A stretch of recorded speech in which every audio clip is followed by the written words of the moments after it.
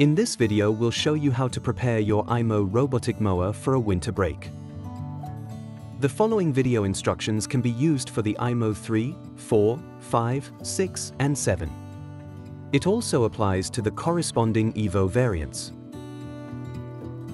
To best preserve the battery, first make sure that the charge level of the iMOW is at least 50%. In addition, all access options in the My iMOW app must be deactivated for hibernation. Take your iMOW from the docking station and press the stop button once. Press and then keep the stop button pressed until the light strip fully lights up red. Pressing the stop button again will activate the device lock. Now press and hold the stop button one more time.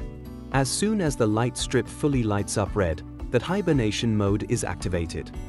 A dry and locked room is ideally suited for storage.